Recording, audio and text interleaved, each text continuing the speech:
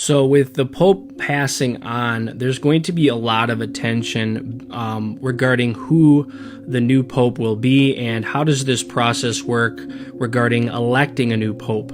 If you're a follower of Bible prophecy like I am, you're looking for an individual that's going to unite the world's religions, that could potentially be the false prophet spoken of in Revelation 13.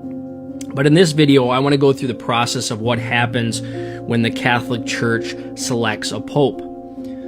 The election of a new pope is highly mystified and a sacred process, dating back centuries and enshrined in last year's award-winning thriller Conclave. The last time the College of Cardinals gathered to vote and select the next representative of the Catholic Church was more than a dozen years ago, when Pope Francis was selected.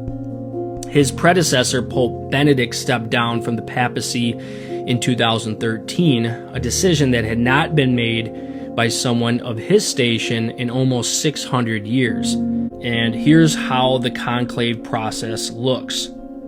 First comes the Pope's funeral. Church doctrine calls for the Pope to be buried 4 to 6 days after his death, unless there are extenuating circumstances. Popes are not autopsied. Funeral rites are celebrated for 9 days after his death. So then who decides who the next pope is? The College of Cardinals, or the Church's most senior officials, residing either at the Vatican or spread across the world, gather in Rome to choose the next pope. The college is also acting head of the Church in the interim. So how long does this conclave last?